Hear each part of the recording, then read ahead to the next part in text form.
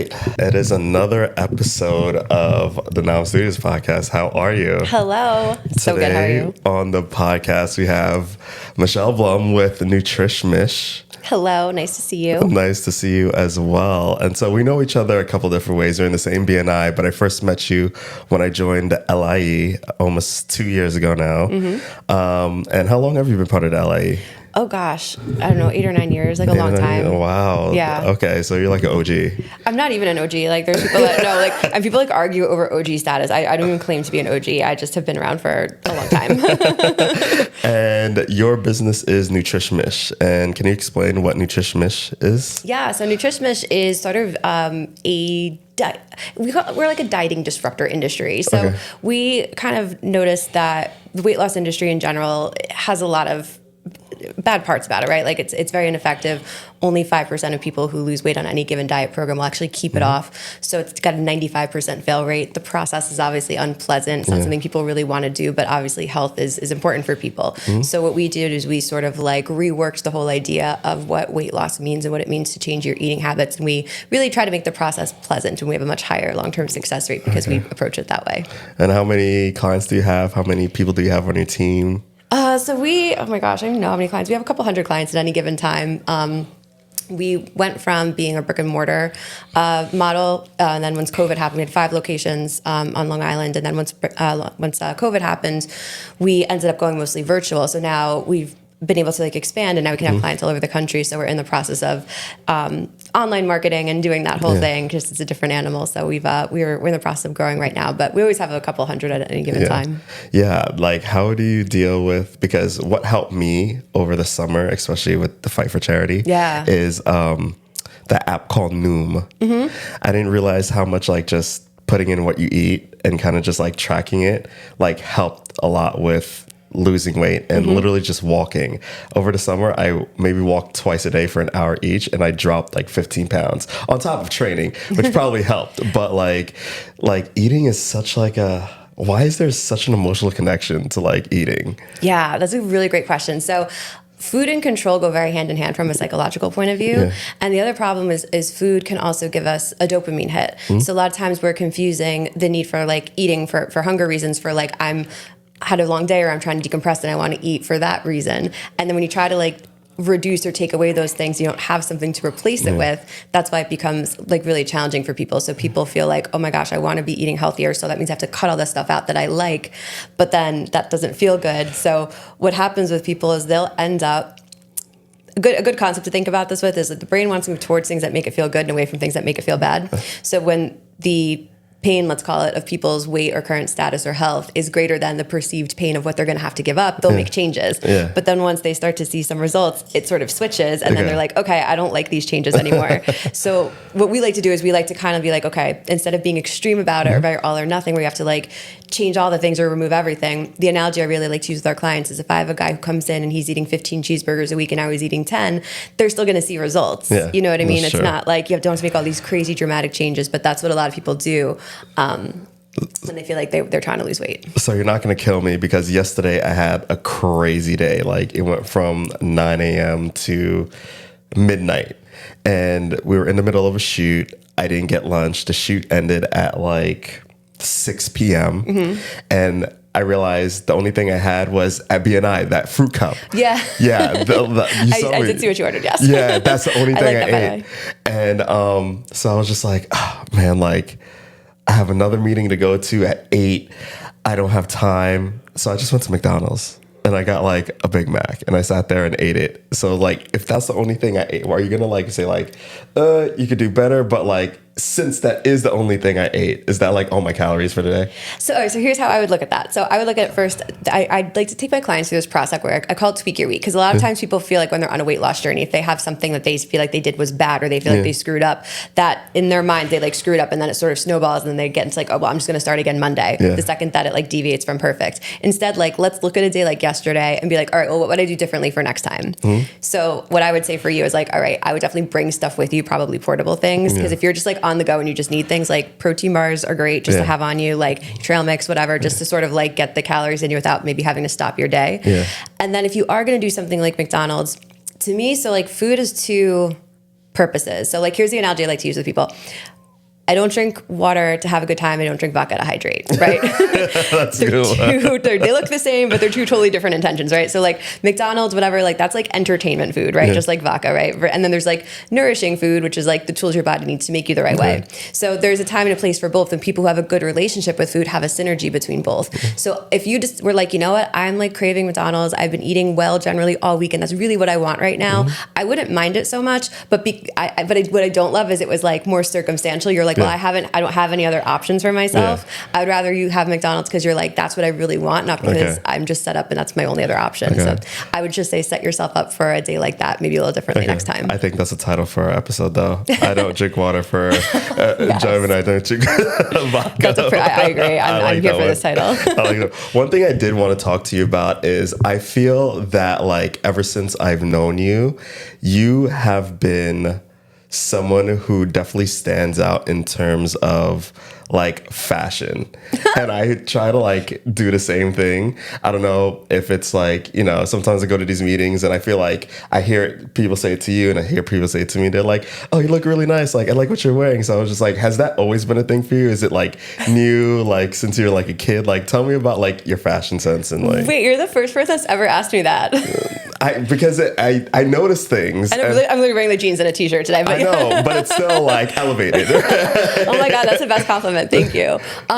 Okay, so when I was younger, my mom was super controlling about what I could wear. So like everybody was wearing like I went to I'm from Jersey, but I lived in like a nice town, and like everyone had like the designer jeans and this and that, and like my mom was like, yeah, we're not.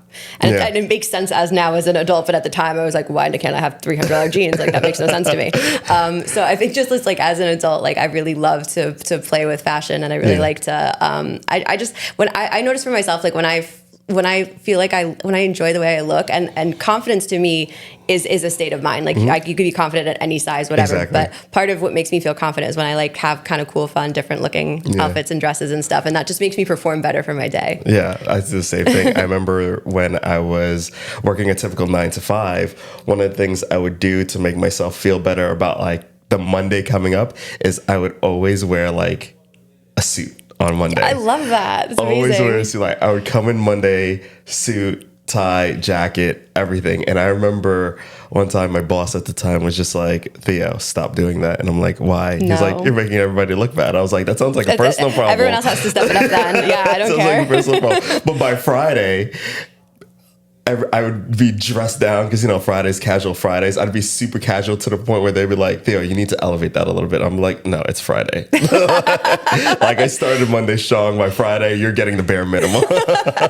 I totally understand that. I feel the same. It depends on the flow of the week. But yeah, my Monday and my Friday are definitely different vibes. Okay. And so now like Nutrish Mish has a couple of 100 clients. You guys are around the country. Do you guys have a next step of where you feel like you're going to go? What do you want to do? That kind of thing?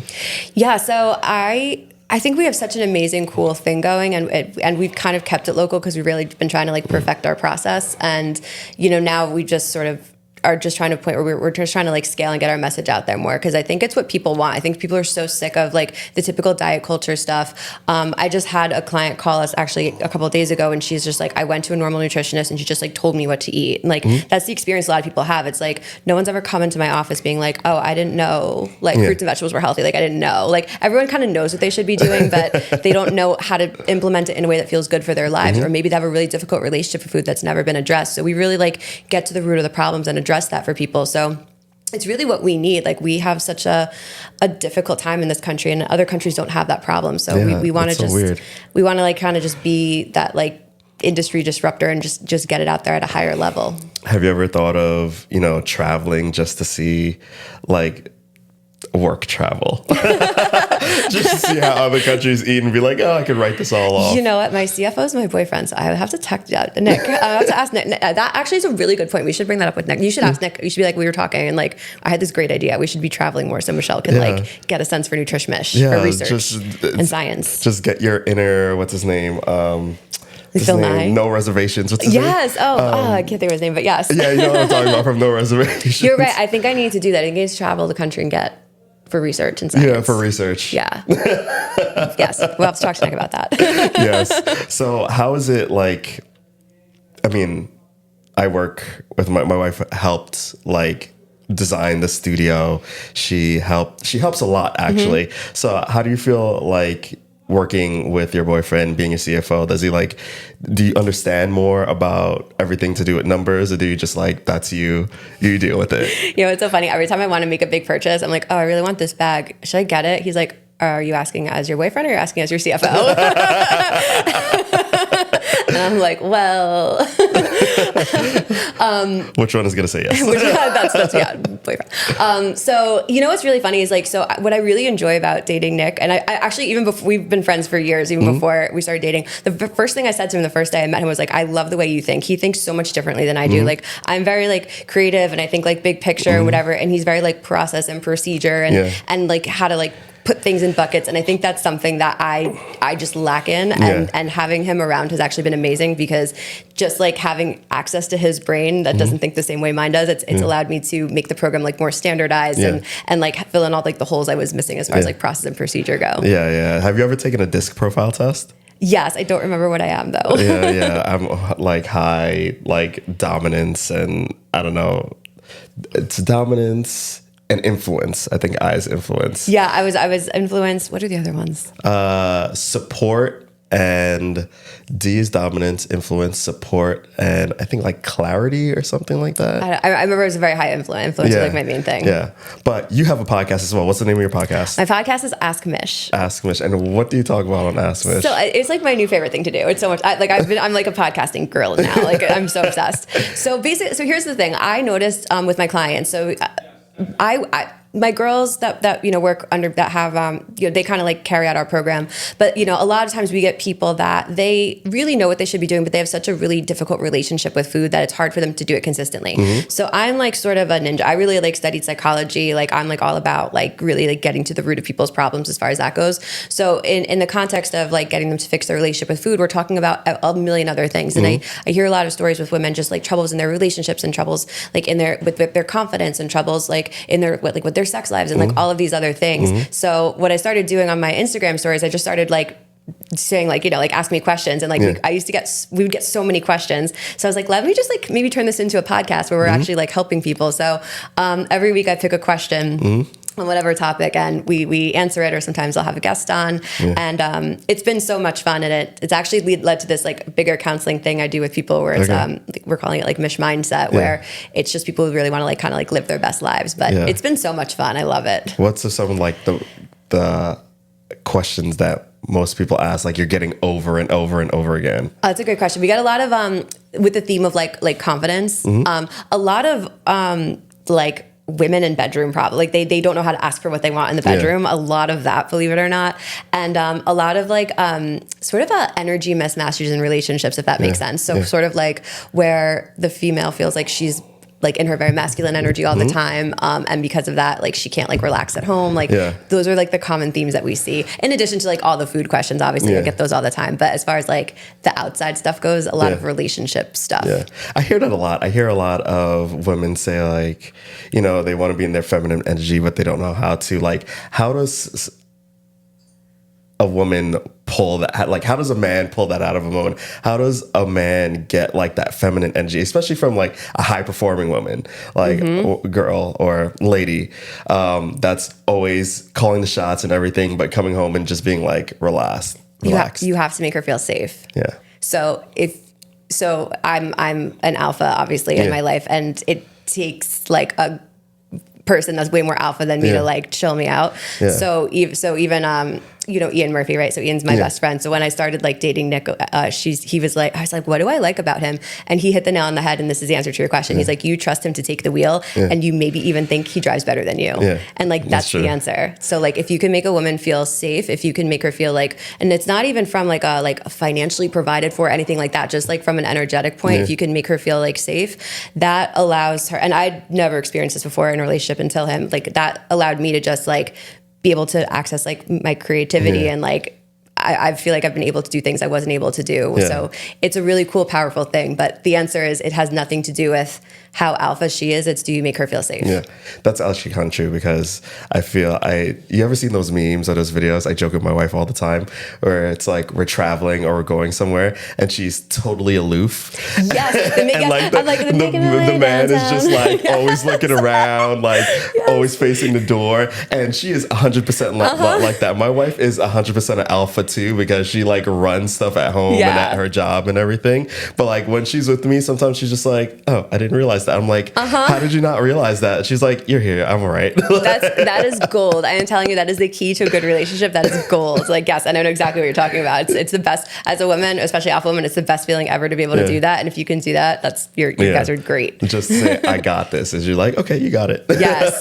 And like you trust that, like, I don't have to worry. They actually do have it. So how often do you put out your podcast? We put out once a week on Thursdays. Okay. And you sometimes do solo episodes. I don't know how to do solo episodes. I can't. I don't feel comfortable just talking like to the camera. Like, how do you get past that, like, just solo episode, talking head, blabbing? Do you have like an outline behind the camera or do you just go? I just go. So like I went to performing arts high school when I was younger. So like I'm used to, I guess, doing that. It's so funny. Somebody actually comments. So I do Instagram stories all the time. That's like perhaps it's my weird creative outlet. And one of my friends was like, you just talk to your phone a lot. I was like, it's my best friend. Yes. So yeah, you have to just pretend like you're talking to a person. And my setup's really, it's not as nice as this. My setup's my makeup mirror and I have a suction ring cup. Light. Not even a ring light. It's my makeup mirror with the light that my makeup mirror has and my phone suction cup to the mirror. And that's my setup. So, I guess maybe I have like certain talking points, but it's just about, I sort of pretend it's a conversation. I guess that's a good way to do it, but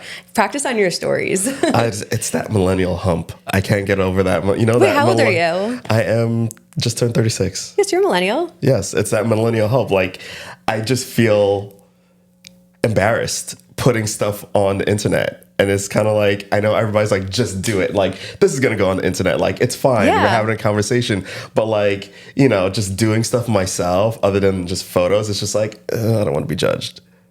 No. So first of all, most people aren't judging you. Yeah, I know. I tell that to I run a marketing company. I tell that to literally people all the time, but I feel the same way. No, I mean, all right, so you see my stuff, right? Like, do I ever come off? I mean, I might come off weird, but do I come off weird usually?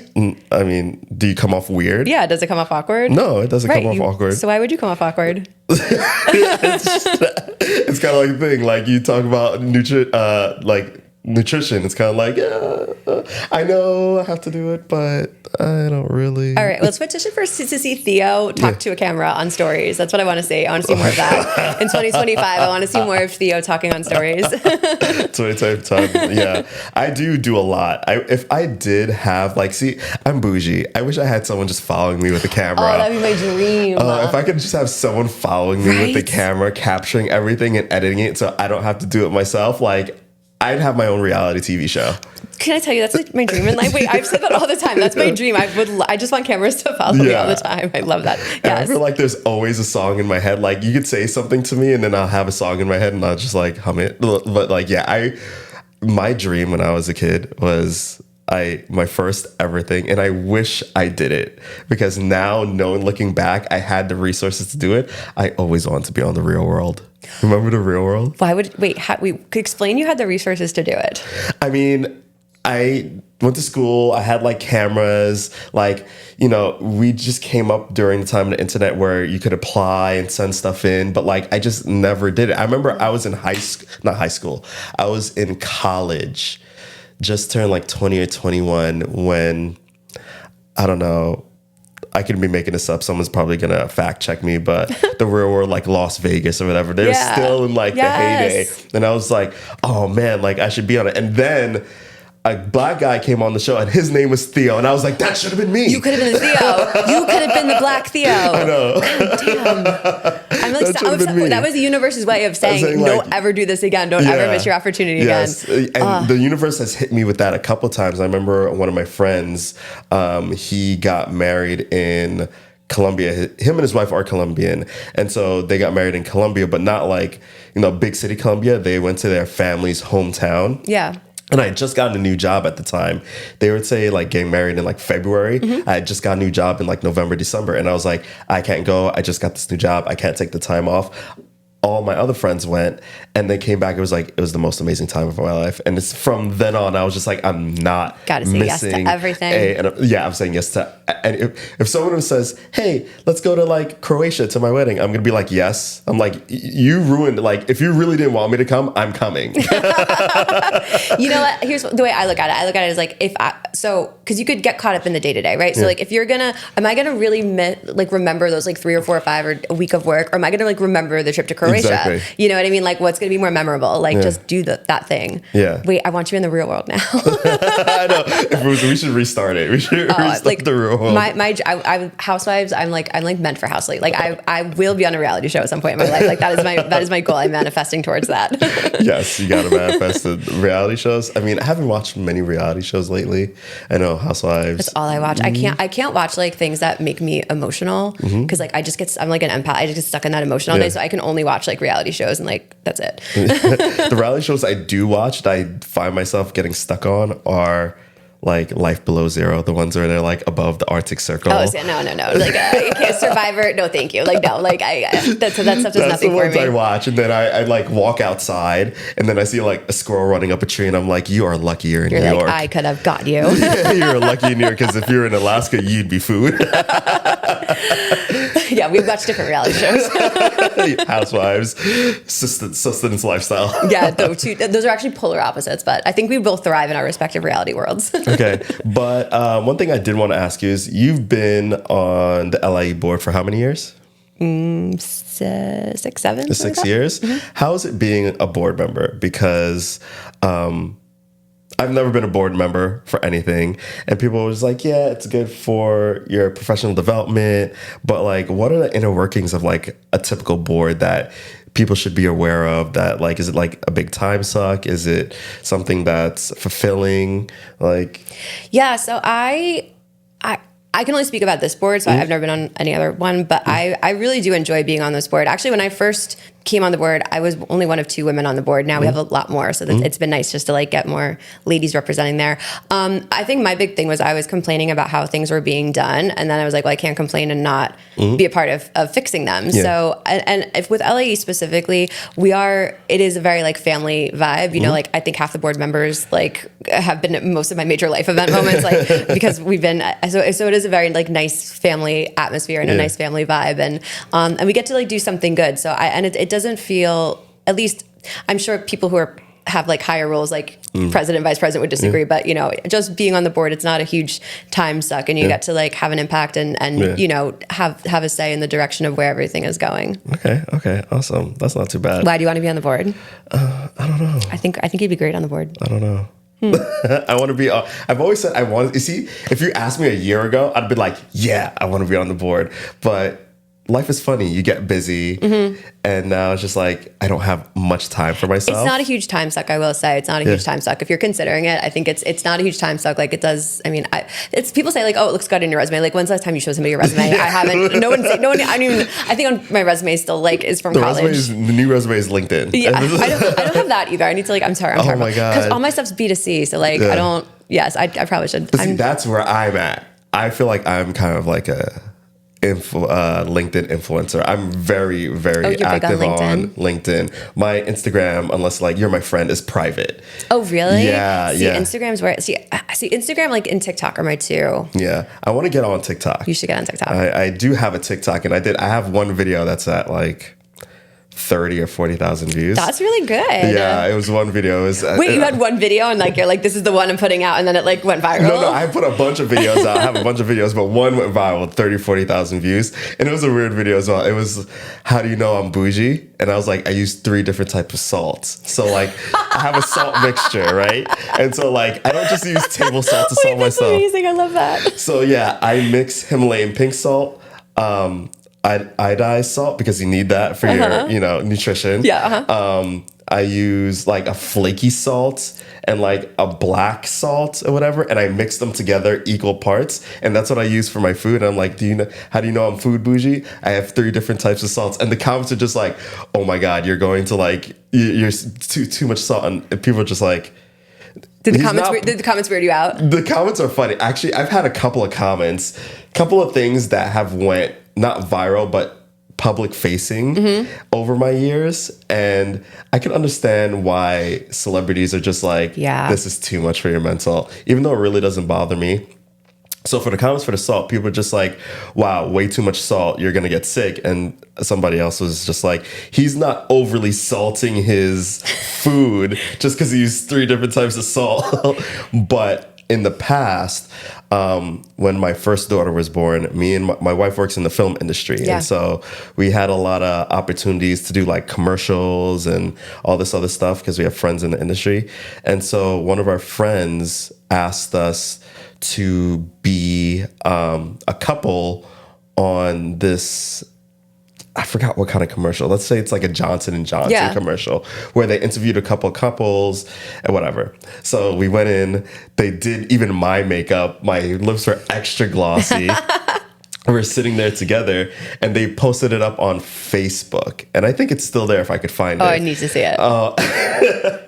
And the comments, and this was maybe, me and my wife have been dating since 2008. Oh my gosh, that's forever. Yeah, a long time. So this was like very early on. So I remember when the comments are just like, black guy with an Asian chick, no way that's happening. Oh my God. Yeah. Like, this couple is fake. And then there's another comment was just like his lips are shiny as hell. You know, but like, so I totally, so I had one video on TikTok, it went viral, got 1.5 million. And the comments, it taught me to stop reading comments. Yes. So like I will read the comments for if on a video for like up to 24, 48 hours. After that I won't, because it's just whatever. Yeah. But like you have to just look at it as like, that's how it's going to get pushed out to more people. The more people who are arguing that you're not a real couple, the more people who are like saying you're too salty or whatever. Yeah. Like that's what's driving it out to more people. But like you can't let the comments get to you either. Like I had people in my comments being like, "Did you even go to school for nutrition?" I was like, "Bitch, I have a master's." like I have so many student loans. Like, yes, I went to school for nutrition. Like, do you want to see my loans? Like, yeah, really. Like people are great, but you have to just have a mindset shift about it where it's like not about like the comments, it's about like the engagement and just like the numbers, and like don't worry about what people are saying. Yeah, the comments definitely can make you go into hell. I agree with that. Like I could totally see that. I literally have to look at the comments and just come in with like everything is funny. You have to laugh at everything because if you go down a hole, you will be fighting with people on the internet. Yeah. There's so many times, like even right now, I see comments that don't have to do with me. People just go back and forth on the internet, and I want to message and join in on the conversation, and I'll type and I'll be like, no, you know what? Yeah, you can't because you're not going to convince somebody. You know what I mean? Especially with like your own personal brand and everything. Like everybody sees everything, so it's just like. It's not. What I had with somebody do at one point, I had an intern at one point, and I just had her respond to like I was like, just respond to like the good ones and like just ignore that, because I just, for my mental health, I couldn't see it. So I was like, you just respond, and if you need help what to say, just like ask me. That way you can kind of like remove yourself from it. Yeah, I agree. Okay, so we're wrapping up here. So tell us where we could find your podcast and when it's on, your socials, everything. So our podcast, it's Ask Mish, AskMish, and we have an Instagram for that. It's Ask Mish was taken on it. What else isn't taken? So it's Ask_Mish on Instagram.